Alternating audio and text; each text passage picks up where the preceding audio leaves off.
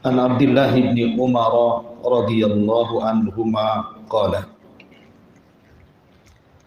qala Rasulullah sallallahu alaihi wasallam rahimallahu imra'an shalla arba'an qabla al-'asr.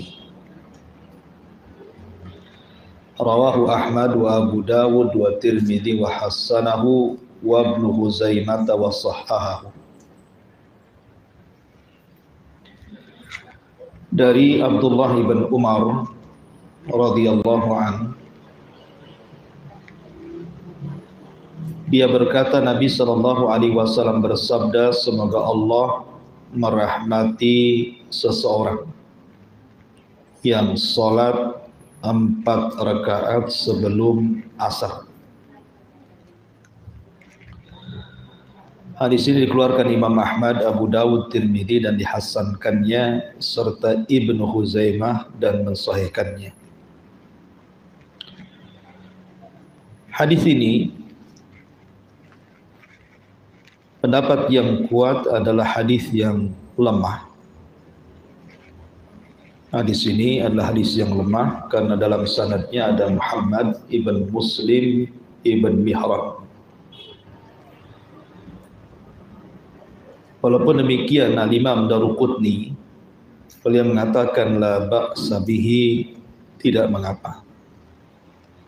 Tetapi Abu Zur'ah mengatakan hadisnya wahin. Wahin itu artinya lemah.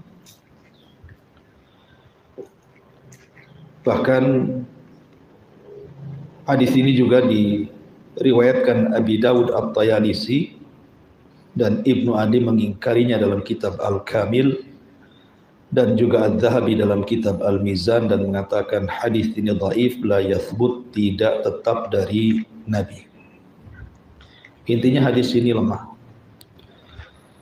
Tetapi sebagian fuqaha ahli fikih menjadikan dalil hadis ini sebagai sunnahnya tatawu, melaksanakan salat tatawu 4 rakaat sebelum asar. Tetapi sekali lagi pendapat yang kuat bahwa hadis ini lemah. Cukuplah hadis yang sahih di mana Nabi sallallahu alaihi wasallam mengatakan baina kulli adzanaini salatun.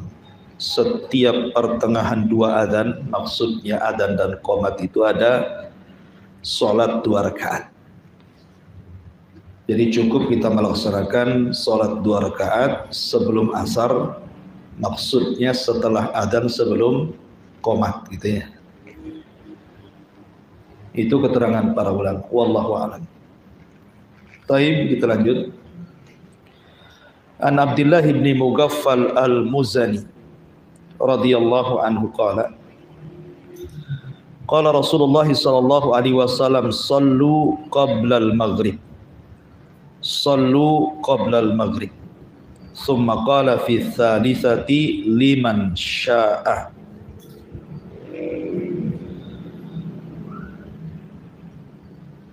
Kemudian karahiyata an yattakhidahan nas sunnatan, rawahul Bukhari. Dari Abdullah bin Mughaffal al-Muzani, beliau mengatakan Rasul sallallahu alaihi wasallam bersabda, salatlah kalian salat sunnah sebelum maghrib. Salatlah kalian salat sunnah sebelum maghrib. Dan ucapan yang ketiga kata Rasul, bagi yang mau saja. Kenapa? Karena Rasul khawatir manusia menjadikannya sebagai sunnah yang tetap. Jadi ada kalimat bagi yang mau, dan hadis ini dikeluarkan Imam Bukhari.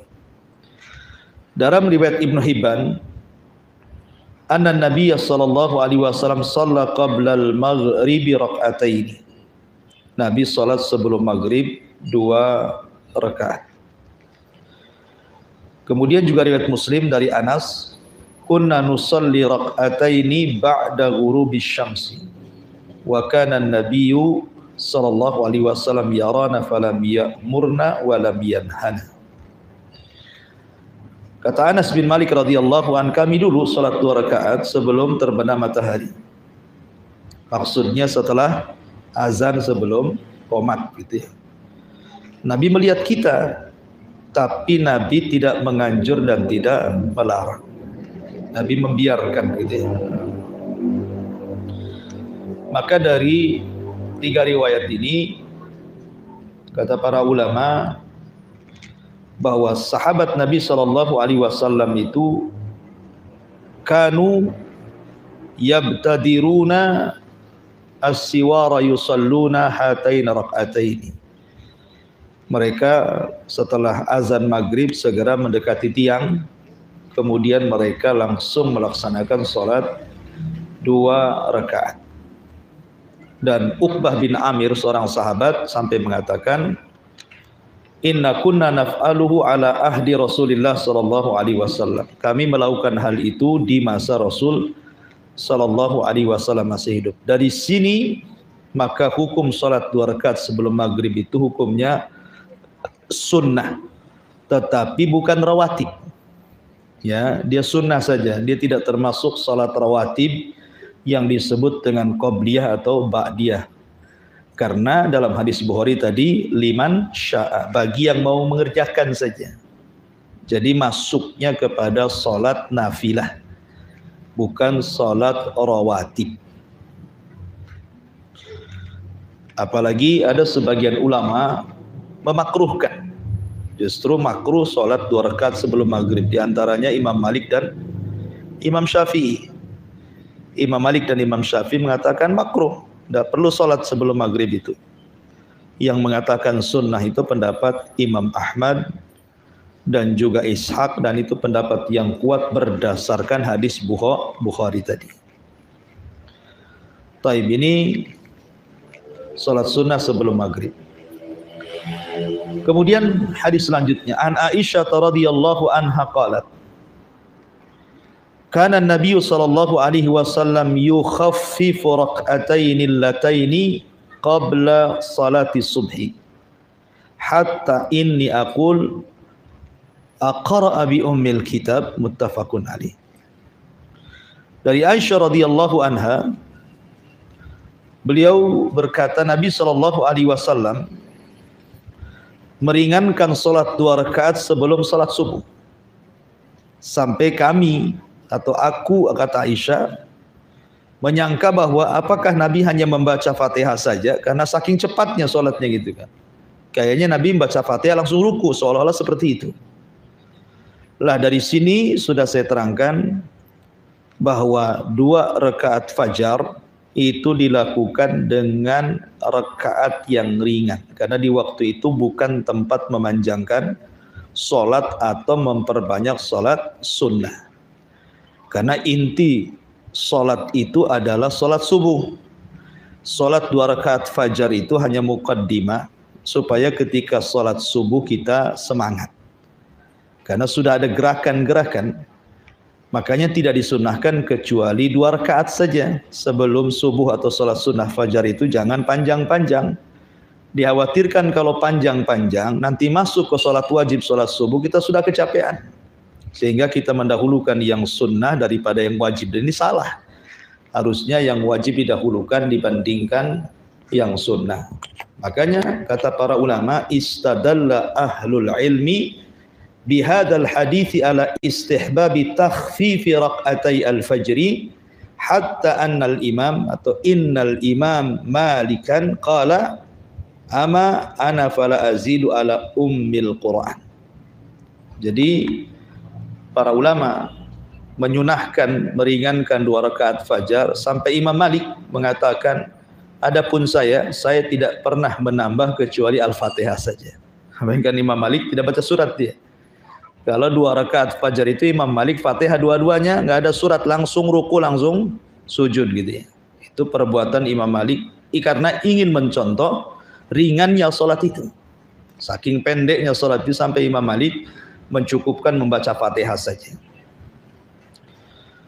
Walaupun demikian ada juga ulama yang membolehkan memanjangkan sedikit seperti Hasan Al-Basri, Atha, beliau mengatakan la ba'sa bitatwilihima, tidak mengapa memanjangkan sedikit gitu ya.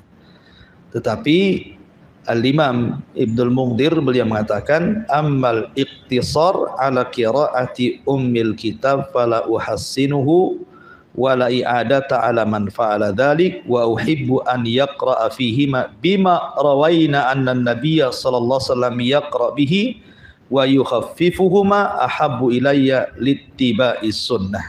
Tapi Imam Abdul Munzir beliau memberikan komentar bahwa mencukupkan membaca Al-Fatihah itu aku tidak anjurkan. Tetapi bagi yang melakukannya tidak perlu diulang sholatnya.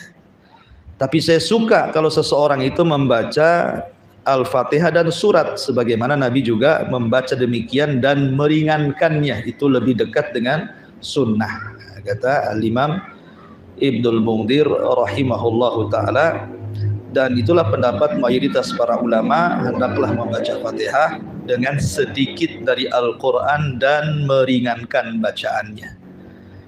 Jadi jangan sampai kemudian tidak sama sekali membaca surat, walaupun ada ulama yang melakukannya, saya katakan seperti Imam Malik tadi, ya kan? Baik. Dan pembahasan salat fajar sudah panjang lebar kemarin kita jelaskan. Ini hanya pengulangan saja. Kemudian juga an Abi Hurairah radhiyallahu anhu anna Nabiy sallallahu alaihi wasallam qara'a fi raq'atay al-fajri qul ya ayyuhal kafirun wa qul huwallahu ahad, rawahu Muslim. Dari Abi Hurairah radhiyallahu anhu, Nabi sallallahu alaihi wasallam membaca pada 2 rakaat fajar itu dengan qul ya ayyuhal kafirun pada rakaat pertama dan qul huwallahu ahad pada rakaat kedua. Dan ini surat yang disunnahkan dibaca. Karena qul ya ayyuhal kafirun dengan qul huwallahu itu makna isinya kurang lebih. Makanya dua-dua surat itu disebut suratul Ikhlas. Ya, kalau disebut surah Al-Ikhlas itu berarti 2 surat. Pertama qul huwallahu ahad itu disebut suratul Ikhlas. Kemudian yang kedua qul ya ayyuhal kafirun juga disebut suratul Ikhlas gitu ya. Karena dua-duanya bicara tentang ubudiyah. Ya, ubudiyah kepada Allah Subhanahu wa ta'ala, dan isinya sama, membantah keyakinan ahli kitab dan juga orang-orang musyrik soal peribadatan kepada Allah Subhanahu wa ta'ala. Tetapi di sana ada hadis lain di mana Nabi sallallahu alaihi wasallam terkadang membaca surah Al-Baqarah ayat 136 rakaat pertama, qulu amanna billah wa ma unzila ilaina, akhir surah Al-Baqarah 136. Kemudian rakaat yang kedua biasa membaca Ali Imran 6:4. Qul ya ahlal kitab ta'alau ila kalimatin sawa, ya. Ada riwayat seperti itu. Membaca akhir Al-Baqarah 136, kemudian rakaat yang kedua Ali Imran 64. Itu berdasarkan riwayat Muslim dari sahabat Abdullah bin Abbas radhiyallahu anhu. Atau terkadang membaca Al-Imran 5:2, amana billah wa syad bi anna muslimun. Kadang-kadang Rasul membaca itu juga. Taib. Kemudian juga menunjukkan bahwa yang dibaca Nabi SAW itu tidak panjang. Ya kan, ringan kan, qul ya ayyuhal kafirun kan sebentar aja baca. Apalagi qul huwallahu, ya kan, itu sudah di luar kepala tuh. Jadi cepat bacanya. Kemudian an Aisyah radhiyallahu anha qalat kana Nabi sallallahu alaihi wasallam idza shalla raq'atay al-fajr ittaja'a ala shikkil ayman, shikkihil aymani, rawahul Bukhari. Kata Aisyah radhiyallahu anha, Nabi SAW apabila salat 2 rakaat fajar, setelahnya sebelum menanti qomat biasanya Rasul merebahkan badannya ke arah lambung sebelah kanan. Hadis ini dikeluarkan Imam Bukhari. Kemudian yang sama juga dari Abi Hurairah radhiyallahu anhu, dia mengatakan Rasul bersabda, "Idza shalla ahadukum rak'ataini qabla salati subhi falyattaji' ala jambihil ayman." Apabila salah seorang di antara kalian salat 2 rakaat sebelum subuh, maka merebahlah badan kalian di atas lambung sebelah kanan. Dari sini sering saya jelaskan ke ibu-ibu bahwa inilah waktu kedua Nabi SAW tidur. Ya, jadi ini disunahkan bagi yang malamnya salat malam. Ya, karena apabila Nabi SAW mendengar suara adzan pertama dikumandangkan Bilal, adzan kedua dikumandangkan Abdullah ibn Umi Maktum, atau terkadang dibalik. Kadang Abdullah ibn Umi Maktum adzan pertama, kadang Bilal adzan kedua. Tapi kebanyakan Bilal itu adzan pertama. Berdasarkan hadis Rasul, apabila kalian mendengar adzan Bilal, makan minum sampai kalian mendengar adzannya Ibnu Umi Maktum. Maksudnya makan minum di sini silahkan sahur. Ya, masih ada kesempatan untuk sahur kalau masih mendengar adzannya Bilal. Karena adzan Bilal adzan pertama. Dan dari adzan pertama ke adzan kedua itu tidak lama, ya hanya sekitar 20 sampai 30 menit saja. Karena itu kan tujuannya adzan pertama itu membangunkan orang sholat subuh. Dari sini kata para ulama bahwa akhir tidurnya seorang muslim itu adalah di adzan pertama. Karena Rasulullah SAW apabila selesai melaksanakan qiyamul lail kemudian mendengar adzan pertama, Rasul mengatakan apa? Fal yarji qaimuha wal yastaikidna imuha. Hendaklah yang sudah salat malam sudah berhenti istirahat. Kan dia sudah salat malam kan, capek kan? Kenapa? Untuk mempersiapkan subuh. Supaya jangan kecapean subuhnya. Jangan pula kemudian orang itu perhatian terhadap salat malamnya kuat, salat subuhnya pula lemah gitu ya. Terbalik, jangan mendahulukan yang sunnah dibandingkan yang wajib. Makanya ketika habis salat malam itu disuruh untuk tidur. Ya, tidur sekitar 20 menit dari adzan pertama ke adzan kedua.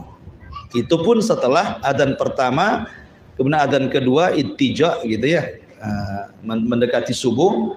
Makanya Rasul mengatakan falyarji qaimuha, hendaklah orang-orang yang sudah sholat malam istirahat, tetapi yang tertidur bangunkan. Nah, kata Rasul gitu ya, yang tertidur dibangunkan, menunjukkan akhir tidurnya seorang muslim itu di adzan pertama 20 menit sebelum subuh. Nah, itu paling akhir itu tidurnya seorang muslim itu. Artinya kalau lebih daripada itu ya melampau kan itu ya. Karena itu akhir tidurnya seorang muslim di adzan pertama. Karena persiapan sholat subuh. Tapi yang malamnya qiyamul lail, maka justru terbalik, suruh tidur. Ya. Tidur. Kalau ada orang mengatakan, Ustaz tidur dari adzan pertama ke adzan kedua cuma 15 menit sampai 20, bablaslah subuhnya kan gitu ya. Beda, kenapa? Cara tidurnya. Makanya di sini dijelaskan cara tidurnya berdasarkan riwayat Aisyah dan juga Abi Hurairah. Cara tidurnya itu miring ke lambung kanan, kemudian telapak tangannya dijadikan bantal. Ya, jadi begini ya, miring ke lambung kanan. Itu tidur cara seperti itu tidak akan nyenyak, gak akan nyenyak tidur seperti itu. Ya, karena lambungnya tergencet sehingga kalau terdengar suara pasti akan terkejut dia, mudah bangun maksudnya. Ya, karena itu sebenarnya bukan tidur, maksudnya untuk istirahat saja. Tapi kalau tertidur pun tidak ada masalah, karena Rasul terkadang tertidur sampai ngorok juga. Ya, walaupun hanya 15 sampai 20 menit itu kan. Nah, karena supaya ketika sholat subuh itu sudah fresh lagi gitu ya. Sehingga sholat malamnya tidak mempengaruhi sholat subuh. Nah, jadi itu penting seseorang itu bagi yang qiyamul lail, menghabiskan malamnya untuk qiyamul lail, istirahat 20 menit sebelum subuh. Dengan cara apa? Tidur ittija. Ittija ini sunnah hukumnya, ya. Tetapi kalau bisa jangan di kasur, ya kan? Jangan pula AC dibuat 16, bantal pula buku empuk, telentang pula bablas jam 7 bangun, ya kan? Jadi itu sunnah hukumnya. Makanya Imam Syafi'i rahimahullahu taala ketika menjelaskan hukum ittija setelah 2 rakaat fajar itu, Kata Imam Syafi'i istihbab, hukumnya sunnah. Hukumnya sunnah setelah melaksanakan 2 rakaat fajar. Ya. Tetapi apakah kemudian tidur ittija itu juga disunnahkan di rumah ataukah di masjid? Ya, karena ini kan Nabi SAW biasanya melakukannya di masjid. Al-Hafidh Ibnu Hajar rahimahullah ta'ala dalam kitab Fathul Bari beliau mengatakan, "Dhahaba ba'du salafi ila istihbabiha fil baiti dunal masjid." Sebagian ulama salaf bahwa tidur itu dilakukan di rumah bukan di masjid. Dan ini sebagaimana riwayat dari Ibnu Umar, dikuatkan sebagian guru-guru kami bahwa Rasul tidak pernah tadi saya katakan Rasul di masjid. Yang betul adalah bi annahu lam yanqul anin Nabi SAW annahu fa'alahu fil masjid. Rasul tidak pernah melakukan tidur ittija itu di masjid. Artinya Rasul melakukan di rumah karena memang rumahnya juga dekat dengan masjid kan. Dan juga telah sahih dari Ibnu Umar bahwa beliau yuhassibu man yaf'alu fil masjid. Bahwa Ibnu Umar sampai agak sedikit keras gitu ya, melarang bagi orang yang melakukannya di masjid. Mungkin bahasa kita ya jangan tidur gitu ya. Artinya bahwa ittija ini sunnah di rumah ya, berdasarkan perkataan Al-Hafidh Ibnu Hajar dan asar daripada Ibnu Umar radhiyallahu anhu. Jadi kalau sudah di masjid ya di masjid baca Quran lah sambil nunggu qomat gitu ya. Taib, ini sampai di sini pembahasan salat sunnah fajar. Kita masuk pada qiyamul lail. An Ibni Umar radhiyallahu anhu maqala qala Rasulullah sallallahu alaihi wasallam salatul laili masna masna fa idza khashiya ahadukumus subha shalla rak'atan wahidah tutiru lahu ma qad shalla muttafaqun alaih wa li khamsati wa sahahahu Ibnu Hibban salatul laili wan nahari masna masna wa qala an-Nasai hadza khata'un. Dari Ibnu Umar dia mengatakan Rasul bersabda salat malam itu hendaknya dilakukan 2 rakaat salam 2 rakaat salam. Apabila salah seorang di antara kalian takut terlewati subuh maka salatlah 1 rakaat. Maksudnya salat witir ya. Kemudian dalam riwayat yang disahihkan Ibnu Hibban salat malam atau salat siang itu dilakukan 2 rakaat salam 2 rakaat salam. Taib. Bicara tentang salat malam, pertama keutamaan malam dibandingkan siang. Mana yang lebih utama, waktu malam atau siang? Maka ulama mengatakan bahwa malam lebih afdol dibandingkan siang. Dengan berbagai alasan. Satu, karena malam itu tempat berkhalwat kita dengan Allah. Malam itu tempat berkhalwat kita dengan Allah. Di siang hari susah berkhalwat dengan Allah. Kenapa? Karena semua orang terbangun. Semua orang sibuk dengan dunia. Sehingga kalau kita berkhalwah itu agak kesulitan. Tapi kalau malam, mudah seseorang itu berkhalwat berdua-duaan dengan Allah Subhanahu wa ta'ala. Yang kedua, hadis tentang turunnya Allah Subhanahu wa ta'ala di sepertiga malam, di mana Nabi sallallahu alaihi wasallam bersabda yanzilu rabbuna ila sama'id dunya fi kulli thuluthil lailil akhir wa dzalika kulla lailatin thumma yaqulu Allahu azza wa jalla li ibadihi man yas'aluni fa'utiyah wa man yad'uni fa'astajibalah wa man yastaghfiruni fa'aghfiralah. Jadi Allah Subhanahu wa ta'ala turun ke langit dunia pada sepertiga malam akhir itu setiap malam. Kemudian Allah Subhanahu wa ta'ala berfirman kepada hamba-hambanya, siapa yang minta ku beri, siapa yang berdoa ku kabulkan, siapa yang minta ampun ku ampuni dosa-dosanya. Dan itu setiap malam.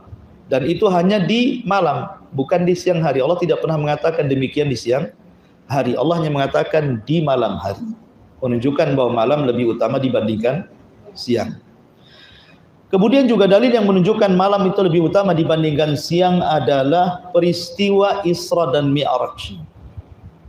Isra Mi'raj dilakukan bukan di siang hari, tapi di malam hari, selepas salat Isya.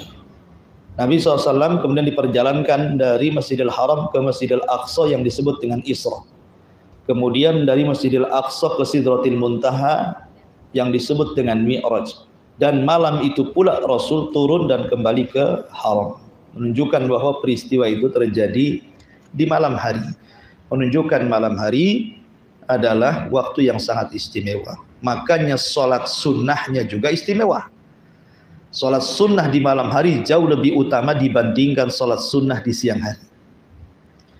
Kemudian juga malam hari mudah seseorang itu tafakur. Bertafakur kepada Allah Azza wa Jalla lebih mudah dibandingkan di siang hari. Makanya Allah mengatakan inna fi khalqis samawati wal ardi wa ikhtilafil laili wan nahar la ayati liulil albab. Ketika turun ayat ini, Nabi SAW menangis dari Isya sampai subuh. Ya. Kenapa? Karena merasa sedih gitu ya.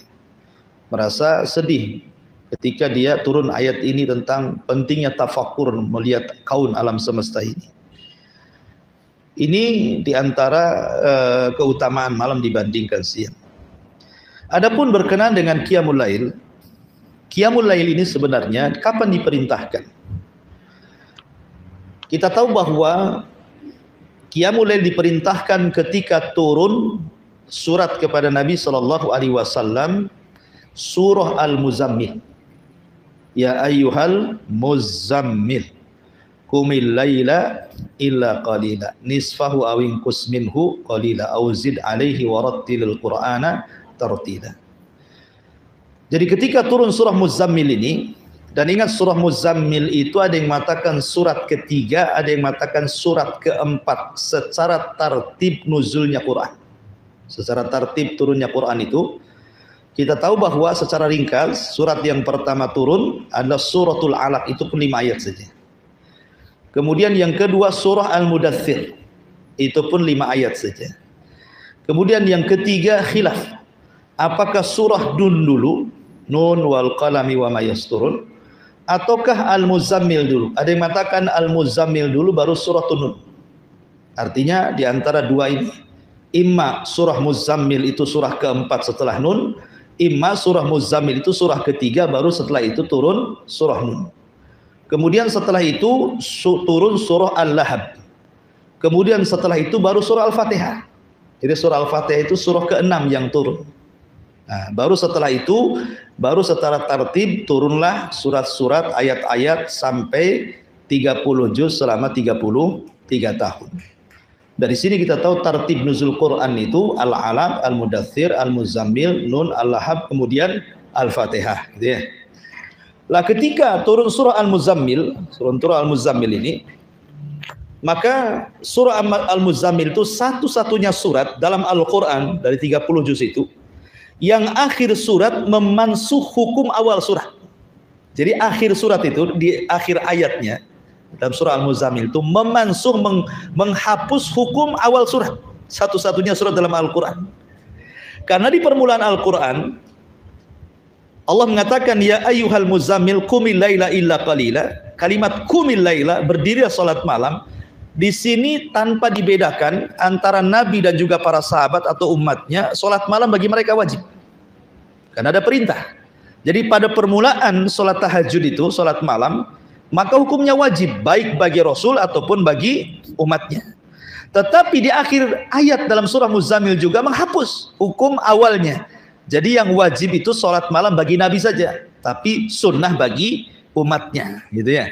Makanya kenapa Nabi SAW itu sampai pecah-pecah kakinya, karena setiap malam wajib bagi dia sholat malam karena ingin mendapatkan maqamah mahmudah, syafaatul udma pada hari kiamat. Sampai suatu ketika Aisyah radhiyallahu anha mendapati Rasul pecah-pecah kakinya.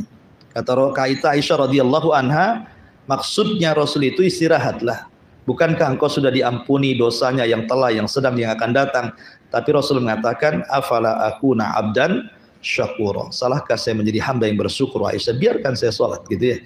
Jadi sholat wajib, sholat malam bagi Nabi itu hukumnya wajib. Tapi bagi kita hukumnya sunnah, karena dengan turunnya akhir daripada surah Muzammil menghapus tentang wajibnya hukum sholat tahajud bagi umat Rasul. Dan ini salah satu rahmat yang Allah Subhanahu wa taala turunkan kepada kita. Jangankan qiyamul lail, salat 5 waktu saja kadang-kadang kita ini melalaikan waktunya, ya, kadang tepat waktu, kadang di tengah waktu, kadang di ujung-ujung waktu, ya. 5 waktu saja kita sudah kerepotan untuk tepat waktu, apalagi ditambah qiyamul lail gitu ya, maka lebih susah lagi. Maka ini salah satu rahmat. Hukumnya dari wajib menjadi sunnah, artinya yang mengerjakan dapat pahala, yang meninggalkan pun tidak berdosa. Rahmat mana lagi yang Allah Subhanahu wa taala anugerahkan kepada kita. Baik. Sedikit bicara tentang qiyamul lail. Pertama kita akan membahas tentang hal-hal yang bisa membantu. Kadang-kadang orang berpikir susah kali saya ini bangun malam untuk melaksanakan qiyamul lail, ya. Adakah di sana kiat-kiat gitu ya, supaya orang itu mudah bangun malam dan melaksanakan qiyamul lail? Ada, saya sudah catat di sini sekitar berapa ini? Ya 10 lebih gitu ya. Pertama, al-ikhlasu lillahi azza wa jalla. Pertama, niatkan kepada Allah Subhanahu wa taala bahwa dia ingin bangun malam. Jadi pertama niat. Sebab kalau seandainya ibu bablas sekalipun dan masuk di waktu subuh, berarti niat itu sudah dinilai pahala. Tidurnya ibu itu berpahala jadinya kan, karena niat tidur itu ingin bangun malam, sholat malam. Subhanallah, hanya dengan niat saja sudah dapat pahala. Wa inna likulli imri'in ma nawa. Ini yang pertama. Karena bagaimanapun salahul amali bi salahil qalbi. Kata ulama, baiknya amalan seseorang itu diakibatkan karena baiknya hati seseorang. Kalau hatinya baik, memang ingin sholat malam, pasti Allah akan perbaiki tidurnya. Maka dia akan dibangunkan walaupun tanpa menghidupkan alarm. Kemudian yang kedua, an yastashira murida qiyamil laili annallaha yad'uhu lil qiyam. Merasa bahwa dia terpanggil dengan perintah Allah, bahwa dia harus bangun, ya, ini undangan Allah. Secara logika begini Bu ya, kalau seandainya seseorang ibu ditelepon nih sama Pak Wali Kota, ya kan, suami ibu lah yang ditelepon sama Pak Wali Kota. Pak Wali Kota datang dari Jakarta, datangnya itu jam 3 malam, ya, tolonglah jemput saya. Kira-kira ibu jemput nggak? Jemput, nggak mungkin jam 3 bangun jam 3, pasti jam 2 ibu udah bangun kan. Ini yang datang Pak Wali nih, kalau nggak dijemput masalah nanti kan gitu ya, malu lagi gitu ya. Bukan hanya itu saja, mobilnya dicuci dulu besoknya, ya, sebelum itu mobil dicuci dulu, diparfumi dulu, nggak enak berantakan gitu ya. Artinya itu Pak Wali Kota tuh yang datang tuh, persiapannya luar biasa gitu kan. Sampai kadang-kadang nggak tidur dia habis isya itu, takut bablas ya kan, karena jam 3 dia harus ke bandara tuh. Nah ini yang minta Pak Wali nih. Nah ini yang minta Allah Subhanahu wa ta'ala, yang menciptakan kita, yang memberikan nikmat kepada kita, ya, masa kemudian kita tidak merasa terundang? Nah itu logikanya seperti itu ya. Nah, artinya coba dalam niat itu kita ada undangan dari Allah nih, malam-malam harus bangkit dan bangun. Yang ketiga, ma'rifatu fadli qiyamil lail. Orang kalau tahu keutamaan sesuatu, pasti orang itu akan mudah melakukannya. Seperti umpamanya ibu saya tawari pekerjaan di rumah saya, 1 hari gajinya 1 juta, ya. Oh seneng lah, hanya cukup jaga rumah saja. Tolong Bu, saya mau safar seminggu, tolong ibu tinggal di rumah saya gaji 1 hari 1 juta. Pasti semua akan berjubel di rumah. Saya aja Ustaz 1 juta 1 hari, cuma nunggu rumah aja gitu kan ya. Artinya bahwa dengan mengetahui keutamaan, seseorang itu pasti akan suka gitu ya. Ini kalau kerjaan gaji besar pasti suka tuh. Yang biasa jam 8 datang itu jam 6 udah datang tuh. gajinya gede gitu. Maka dengan mengetahui tentang keutamaan pahala orang yang qiyamul lail, pasti orang itu akan tergugah untuk qiyamul lail. Pahalanya besar qiyamul lail itu.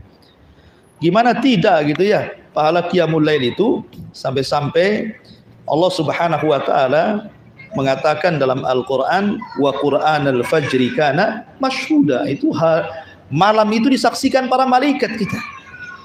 Dan dia doakan lagi oleh semua malaikatnya akan dosa-dosa kita gitu ya. Dengan cukup kita tegak qiyamul lail. Dan ingat bahwa qiyamul lail itu bukan terfokus kepada salat malam saja. Qiyamul lail itu bukan terfokus pada salat saja, tapi qiyamul lail itu ada 6 perkara disebut qiyamul lail. Pertama, ibu bangun kemudian berzikir. Itu disebut qiyamul lail. Ibu bangun, ibu baca alhamdulillahilladzi ahyana ba'da ma amatana wa ilaihi nusyur. Ketika ibu berdoa di tengah malam bangun dari tidur, belum lagi salat malam, doa saja berzikir itu sudah dianggap ibu sudah qiyamul lail. Yang kedua, berwudu. Ketika seseorang berwudu, maka ibu sudah melakukan qiyamul lail. Kemudian setelah berwudu, ibu melakukan zikir. Ya, zikir tasbih, tahmid, takbir, tahlil, itu qiyamul lail. Kemudian ditambah-tambah salat. Maka itu juga termasuk qiyamul lail. Kemudian yang kelima, berdoa.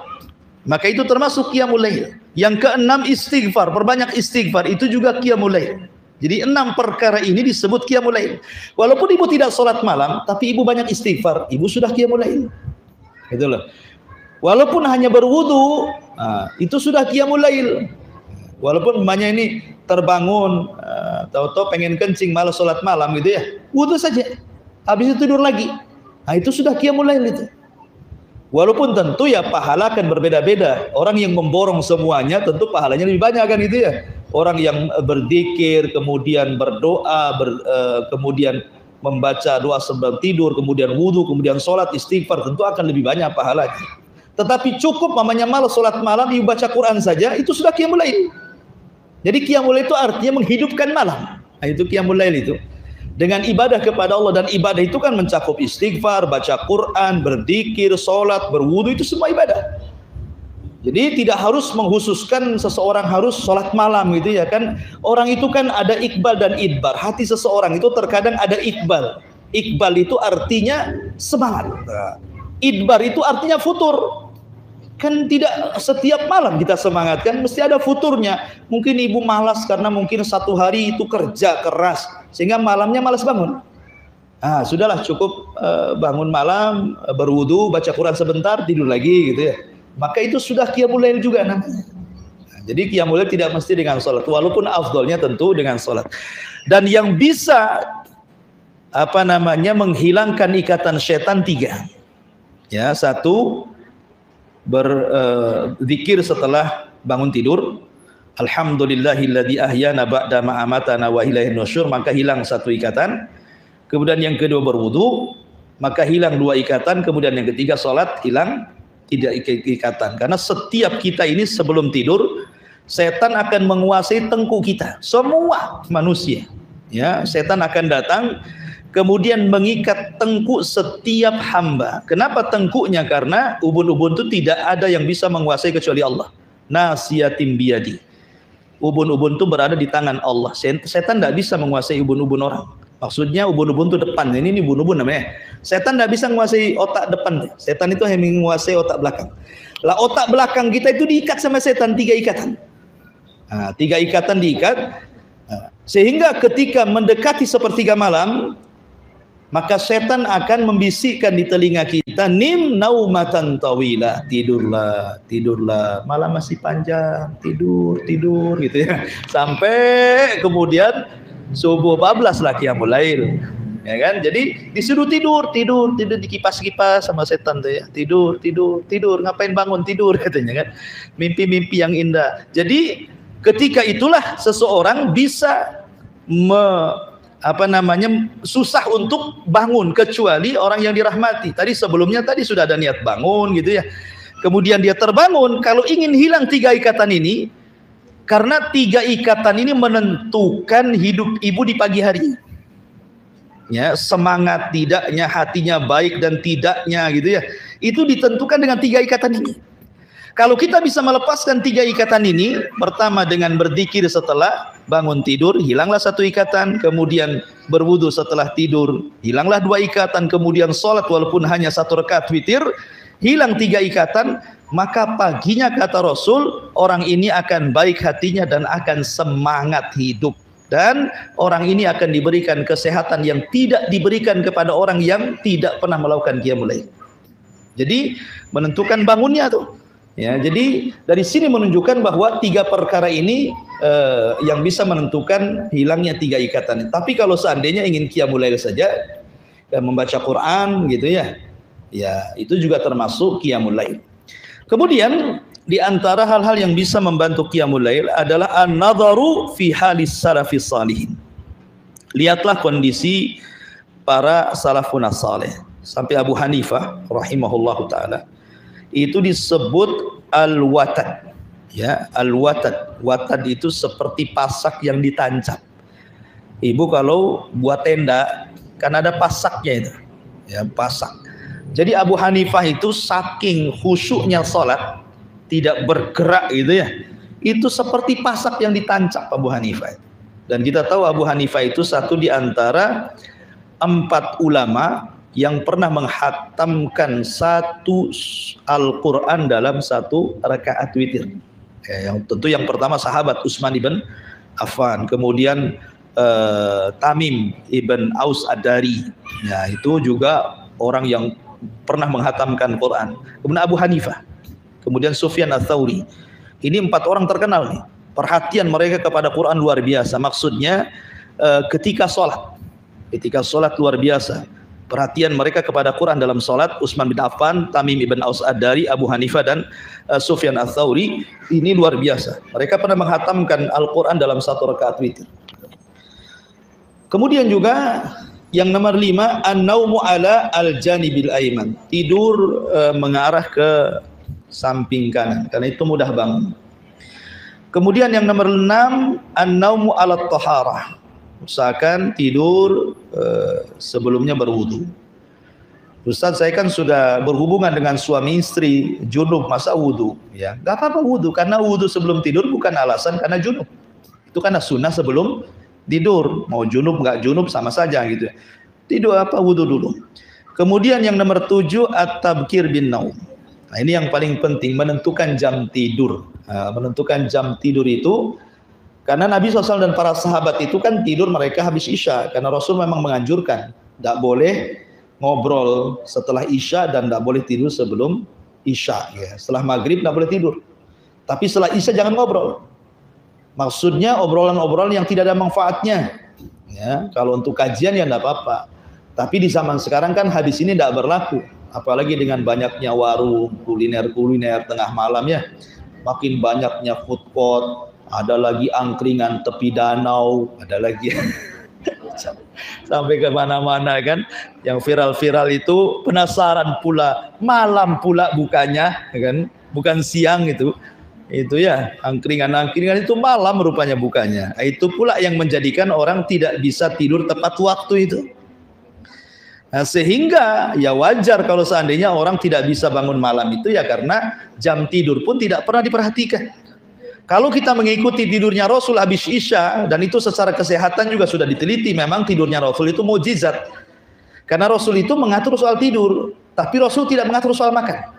Rasul itu hanya mengatur soal tidur saja. Kalau makan Rasul tidak mengatur.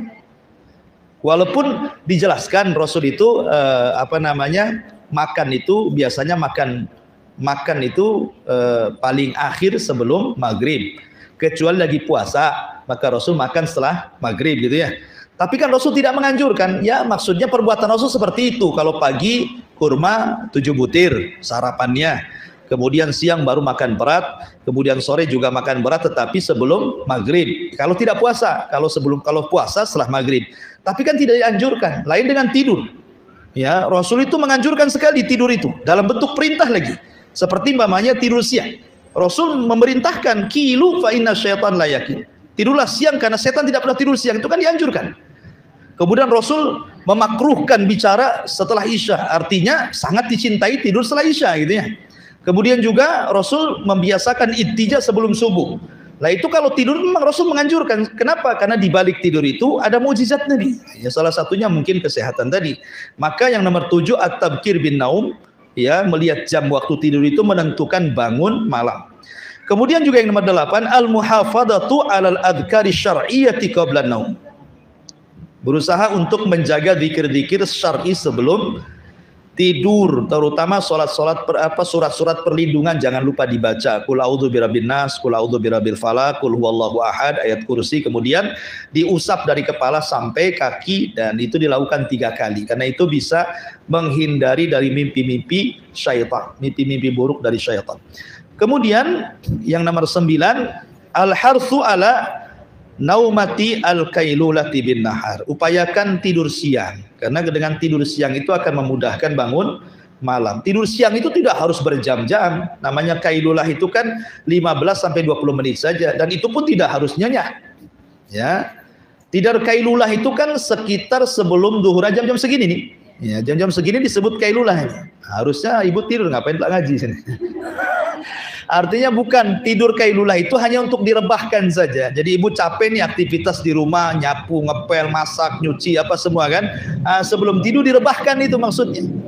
Direbahkan supaya malamnya mudah bangun gitu. Kemudian juga yang nomor 10 istinabu kathratil akli wasyurbi. Nah ini jauhi memperbanyak makan dan minum. Padahal ini di siang hari, kita ini makan minumnya di malam hari pula. Gimana mau bangun gitu ya. Maksudnya jangan terlalu kenyang di siangnya, malamnya mudah tidur. Ini di malam hari dikenyangkan gitu ya. Makanya siangnya yang tidak tidur, malamnya nyenyak tidur gitu. Nah, kemudian juga yang nomor 11 mujahadatun nafsi anil qiyam. Ya, berusaha untuk sungguh-sungguh bangun walaupun ya ada upaya lah. Sekarang kan enak punya ada alarm yang bunyinya kencang sekali, beli. Kalau memang dengan itu kita bisa bangun. Ya, karena wasilah yang mubah itu jadi ibadah kalau digunakan untuk ibadah. Ibu beli alarm itu kan mubah saja, tapi kalau untuk membangunkan qiyamul lail jadi sunnah tuh. Jadi berpahala gitu, perkara mubah jadi pahala karena untuk sebuah pahala. Kemudian juga istinabudz dzunubi wal ma'asi. Upayakan jauhi dosa dan maksiat di siang hari karena itu yang melemahkan di malam hari untuk bangun malam. Ya. Termasuk juga ingat muhasabatun nafsi wa taubihuha ala tarkil qiyam. Kan di malam hari untuk bangun malam. Ya. Termasuk juga ingat muhasabatun nafsi wa taubihuha ala tarkil qiyam. Introspeksi diri dan buruknya orang itu kalau tidak pernah bangun malam. Wallahu alam, ini hal-hal yang bisa membantu orang untuk bangun malam.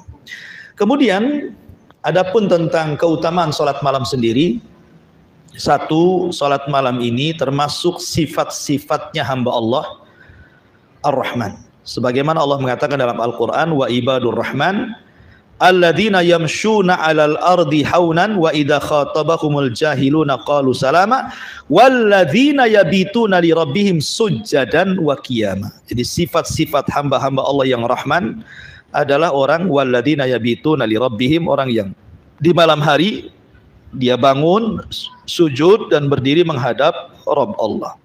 Kemudian yang kedua, di antara keutamaan qiyamul lail adalah memperoleh manzilatul aliyah, tempat yang sangat tinggi, di mana dalam sebuah hadis Allah Subhanahu wa taala akan menyediakan satu ghuraf. Ghuraf itu kamar. Kamar itu terbuat dari kaca jernih, di mana yang dari dalam bisa melihat keluar, yang dari luar bisa melihat ke dalam. Dan kamar itu berada di ketinggian sorga.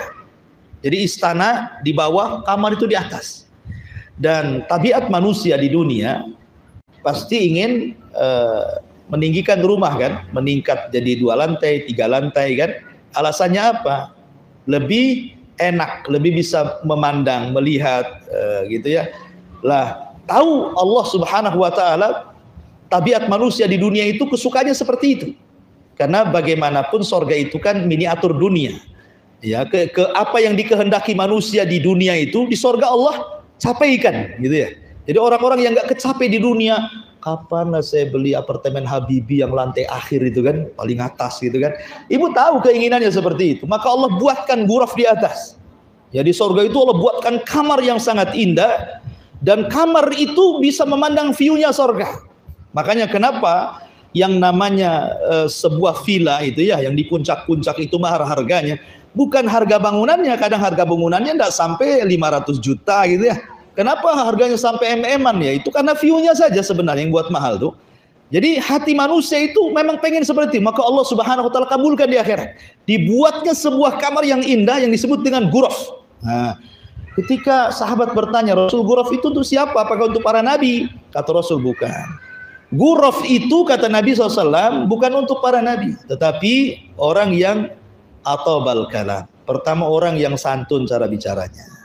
Wa ada masyam, orang yang suka berpuasa sunnah. Wa it'amat ta'am, orang yang suka kasih sedekah makan fuqara wal masakin. Wassalatul laili wan nasu niyam, dan juga untuk orang yang senantiasa salat malam di tengah-tengah manusia sedang tidur. Nah, jadi ghuraf itu diberikan kepada orang yang qiyamul lail. Makanya di sini di antara keutamaan salat malam itu mendapatkan keutamaan yang tinggi di hadapan Allah kelak di surga yang penuh dengan kenikmatan. Kemudian yang nomor 3, ijabatud doa. Tadi sudah saya sebutkan hadisnya, bahwa di sepertiga malam itu Allah turun ke langit dunia dan menawarkan kekuasaannya, menawarkan kekayaannya, menawarkan ampunannya. Tidak ada malik, raja dunia sekaya apapun, sebutkan raja mana, sejak zaman dulu sampai hari ini, pemimpin negara, raja gitu ya, yang menawarkan kekayaannya diberikan majanan cuma-cuma kepada rakyatnya. Nggak ada ceritanya tuh. Nah, umpamanya presiden kita nih menawarkan kekayaannya, siapa yang miskin datang ke rumah gitu ya, ambil beras setiap hari. Nggak ada ceritanya itu. Ya paling kalaupun ngasih pakai anggaran gitu ya, bukan pakai uang pribadi. Kalau pakai uang pribadi ya sekali-kali lah. Ya, tetapi kalau setiap hari, apa nggak bankrupt gitu ya? Ngasih beras orang miskin setiap hari pakai kekayaan dia, walaupun dia presiden, walaupun orang kaya pun pasti bankrupt. Ya, kecuali orang yang yakin akan yang diganti oleh Allah Subhanahu wa taala. Ini pengalaman saya waktu di Yaman. Pengalaman, masya Allah, ada orang kaya di Yaman itu, di Taiz, daerah Taiz itu. Jadi dia menguasai pabrik-pabrik makanan se-Yaman. Mungkin bahasa kita kayak ciki, minuman kaleng, apa dikuasai dia semua. Jadi perekonomian di Yaman itu dikuasai orang kaya ini, di Taiz, ya, daerah Yaman tuh. Jadi kita sebagai thalabatul ilmi, jadi banyak para thalabatul ilmi itu yang mengajukan takdim. Takdim itu proposal bahasa kitanya ya. Datang ke orang kaya ini, kemudian nanti cukup dikasih tanda tangan, nanti diambil uangnya itu di bank tadamun namanya. Dan setiap hari yang minta itu, karena saya pengalaman ke sana juga masalah ini. Waktu itu dengan Ustaz Aswad, dengan beberapa asatidz di sinilah ke sana, pengen tahu sebenarnya kan. Kok ada orang sedermawan itu. Rupanya ketika kita datang dan meminta kepada dia itu hanya diperbolehkan saat dia habis qiyamul lail. Karena orangnya hafal Quran. Sudah kaya hafal Quran, ya. Jadi nunggu dia sholat malam dulu gitu. Jadi orang tuh udah antri tuh ratusan orang, setiap hari ratusan orang. Dan paling sedikit, bukan kayak kita ngasih 20.000, enggak gitu ya. Jadi sekali ngasih itu 2 juta, 3 juta, 5 juta sesuai dengan kebutuhannya. Bayangkan kalilah berapa ratus orang setiap malam. Setiap malam tuh. Kita bawa surat gitu kan, nunggu dia qiyamul lail, habis qiyamul lail dia langsung duduk baca Quran, disimak sama orang-orang. Nah, selesai kira-kira sekitar 1 jam sebelum subuh, mulailah orang-orang datang ngantri ngasih kertas jadi tanda tangan. Nanti ngambil uangnya di bank tadamun, bank dia. Setiap hari. Ya, saya belum pernah selama seumur hidup saya itu orang yang paling dermawan kecuali orang itu. Sudah hafal Quran, orangnya pun sederhana. Kalau minta pun nunggu dia sholat malam dulu, habis itu didengarkan Al-Quran baru minta. Bertanda tangan. Itu yang saya dapat ya di Yaman, orang kayak gini. Allahu alam ya, apa masih hidup atau sudah meninggal, sudah tua orangnya. Ya, tapi luar biasa gitu ya. Tetapi walaupun sedermawan manusia tidak bisa menyaingi Allah Subhanahu wa taala. Allah setiap sepertiga malam mengatakan, siapa yang berdoa aku kabulkan, siapa yang minta aku kasih, siapa yang minta ampun aku kasih ampunannya.